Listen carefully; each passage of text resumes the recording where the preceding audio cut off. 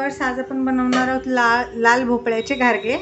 त्यासाठी इथे मी अर्धा किलो भोपळा ना ह्याची साल काढून घेतलेली आहे। ह्याचा पुढचा जो गर बिया काढलेल्या आहेत आणि मागची जी साल आहे ती काढून घेतलेली। आता आपण हे कुकरमध्ये हा अर्धा किलो भोपळा चिरून घेतलेला, जाडसरच चिरलाय कारण शिजवणारच आहे आपण त्याला।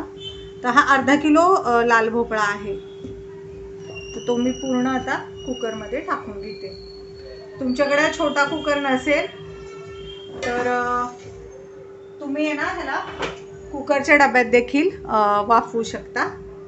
आता हे पहा, इथे मी स्वच्छ धुवून घेतलेला आहे भोपळा आणि हा अर्धा किलो आहे। त्याच्यामध्ये मी आता हा आहे 300 ग्राम गुळ,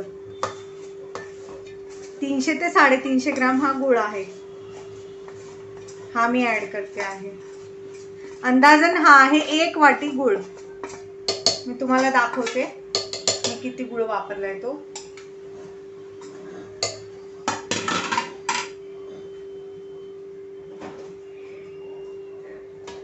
ही पहा, ही 1 वाटी भरून गुळ घेतलेला आहे मी अर्धा किलो भोपळ्यासाठी।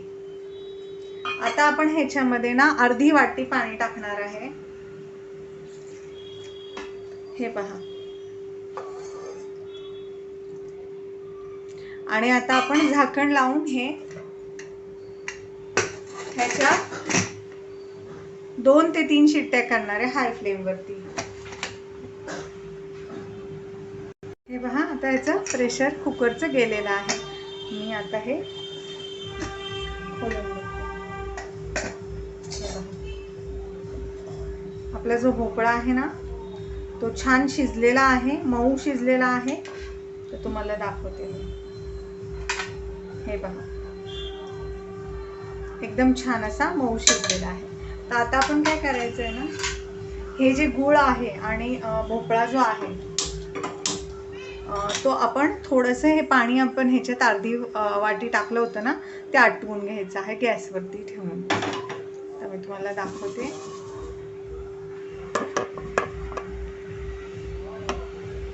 आता आपण हे पाणी जे आहे ना हे थोड्या प्रमाणात आटवून घ्यायचं, कारण आपण ह्याच्यात अर्धी वाटी पाणी टाकलेलं आहे। तर आपल्याला पाणी नको आहे ह्याच्यामध्ये, असं पाक हवा आहे छान। पाक म्हणण्यापेक्षा थोडं घट्टसरपणा पाहिजे। तर मग आपण हे कमीत कमी 5 मिनिटं उकळून घेणार आहे। हे मिश्रण तुम्हाला दिसत असेल, हे उकळायला लागले। हे आपण 5 मिनिटं उकळून घ्यायचं आहे।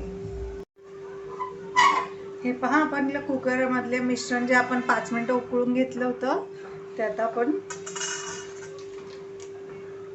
ज्या परातीमध्ये किंवा भांड्यात तुम्ही पीठ मळणार आहात ना घारग्यांचं, त्याच्यामध्ये काढून घ्यायचं आहे। आता आपण हे मिश्रण पूर्णपणे थंड करायचं आहे आणि मग ह्याच्यात आपण पीठ मळणार आहोत। तोपर्यंत पाहिजे तर तुम्ही असं चमच्याने वगैरे हे बारीक करू शकता किंवा गार झाल्यावर केलं तरीही चालेल। हे पहा, आता मी आहे ना ह्या फोकच्या मदतीने ना पूर्ण जो भोपळा आहे ना तो असा कुस्करून घेतलेला आहे थोडासा। तर आता आपण काय करणार आहे ना,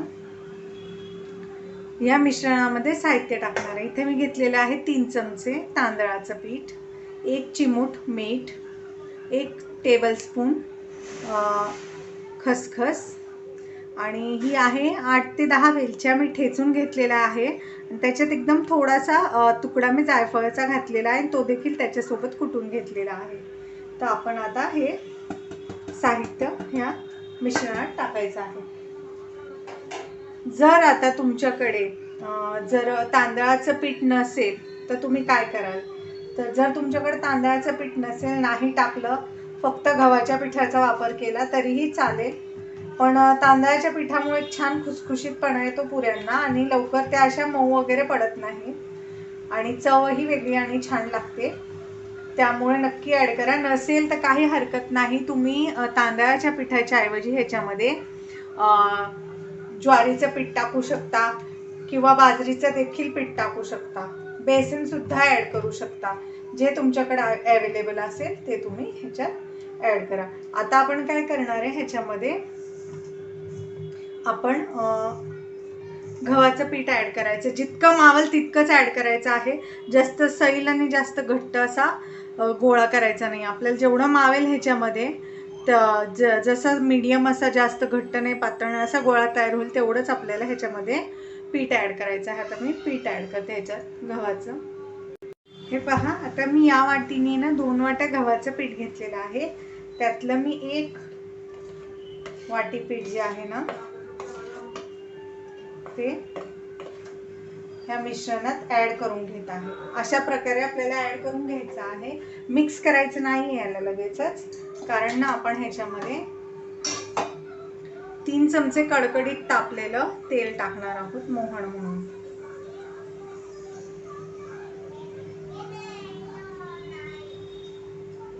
आणि हे तेल आहे ना लगेचच हलवायचं नाहीये, चमच्याने हलवायचं आहे, मग हाताने मिक्स करायचं आहे. ह्याच्यामुळे पुऱ्या खूप छान खुसखुशीत होतात. त्यामुळे तेल नक्की, आणि तेल नेहमी पिठावरतीच ॲड करायचं, म्हणजे पिठाला एक खमंगपणा येतो. हे पहा, आता हे मी मिक्स केलेलं आहे.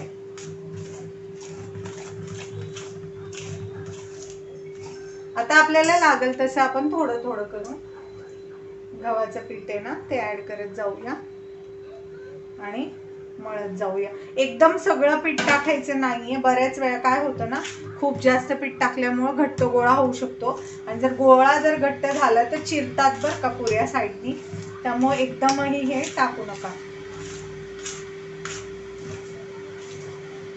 आता मी हे पीठ मळते आणि तुम्हाला दाखवते की मला किती पीठ लागलंय, ते मी तुम्हाला शेवटी सांगणार. हे पहा, आता माझा पिठाचा जो गोळा आहे ना तो मळून झालेला. हा जास्त घट्टही नाही आहे, हा जास्त पातळही नाही. ही जी पिठाची वाटी मी घेतली होती ना, ही तुम्ही बघू शकता किती मोठी आहे ती. या आहे ना मला 3 वाटी आणि ही अर्धी वाटी एवढं पीठ लागलेलं आहे ह्याच्यामध्ये. आणि 3 टेबलस्पून तांदळाचं पीठ मी ह्याच्यात ॲड केलं होतं. आणि ही जी वाटी आहे माझी छोटी जी पिठाची, ती मला 3 आणि अर्धी वाटी म्हणजे 3.5 वाट्या गव्हाचं पीठ लागलेलं आहे. तुम्ही पण अंदाजा घेतच टाका, एकदम पीठ टाकू नका, नाहीतर खूप घट्ट होऊ शकतं. आणि खूप पातळी होऊ देऊ नका. जसं आपलं नॉर्मल पुरीचा किंवा चपातीचं पीठ असतं त्याप्रमाणे आपल्याला हे मळायचं आहे. आता आपण ह्याला थोडंसं तेलाचा हात लावून घेऊया आणि हे झाकून ठेवूया कमीत कमी 15 ते 20 मिनटं. पहा, मी आता तेलाचा हात लावून घेतलेला आहे आणि छान असं आपलं हे पीठ मऊ लुसलुशीत असं मळलेलं आहे. जास्त घट्टही नाही, जास्त पातळी करायचं नाही आहे. आता आपण हे पीठ झाकून ठेवायचं आहे कमीत कमी 15 ते 20 मिनटं. हे पहा, आता आपलं पुऱ्यांचं पीठ जे आहे ते छानपैकी भिजलेलं आहे.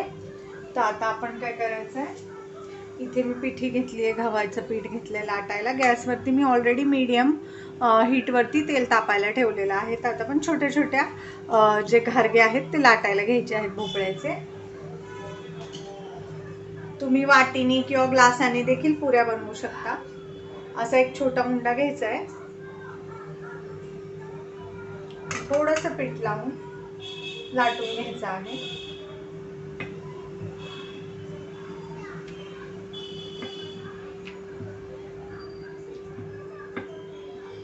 हे पहा, इतपत जाडीचं लाटून घ्यायचं आहे, जास्त पातळ हे लाटायचे नसतात घारगे. तर आता आपण हे का प्लेटमध्ये काढून घेऊया.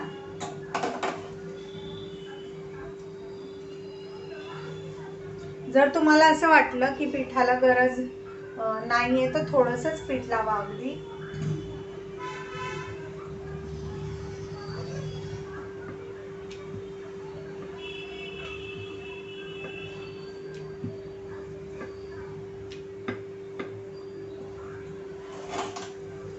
असे छोटे छोटे आता मी घारगे लाटून घेते सगळे. इथे मी 4-5 पुऱ्या लाटून घेतले ते. आता आपण त्या तळून घेऊया.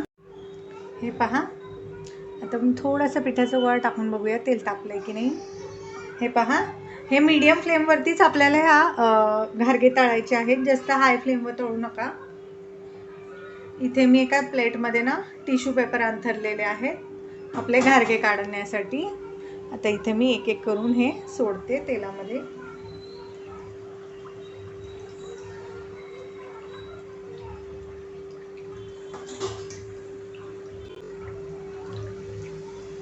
एक पुरी वर आली की मगच दुसरी सोडायची आहे आपल्याला.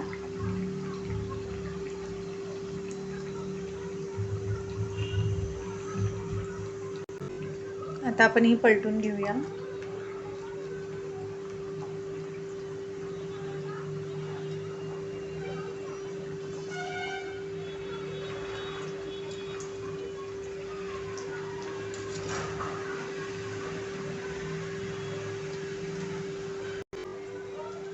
छान असे डार्क ब्राऊन कलरवरती ह्यांना तळून घ्यायचं आहे, म्हणजे खरपूस तळले जातात हे आतपर्यंत.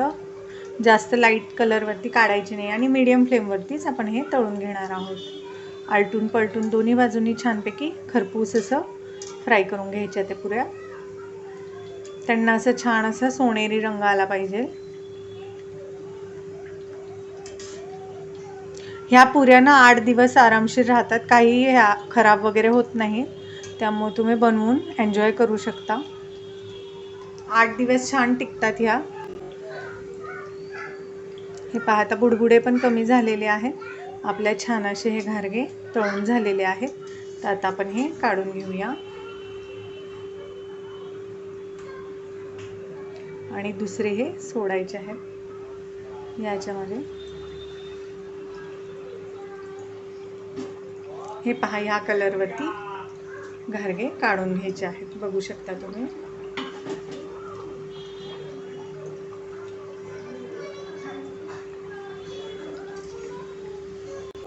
हे पहा, हे घारगे छान तळून झालेले आहेत. तर आपण हे देखील प्लेटमध्ये काढून घेऊया.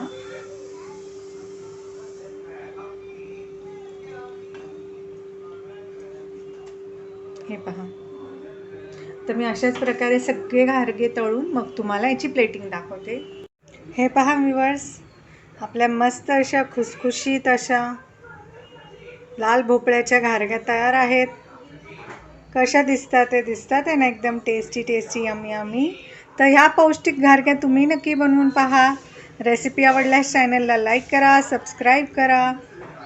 रेसिपी कशी वाटली ते कमेंटमध्ये नक्की सांगा. हे अत्यंत पौष्टिक आहे. ह्याच्यामध्ये गूळ, गव्हाचं पीठ, तांदळाचं पीठ आहे. त्यामुळे हे मुलं आवडीने खातात. तुम्ही त्यांच्या डब्यालाही हे देऊ शकतात. ह्या पुऱ्या 8 दिवसापर्यंत छान राहतात.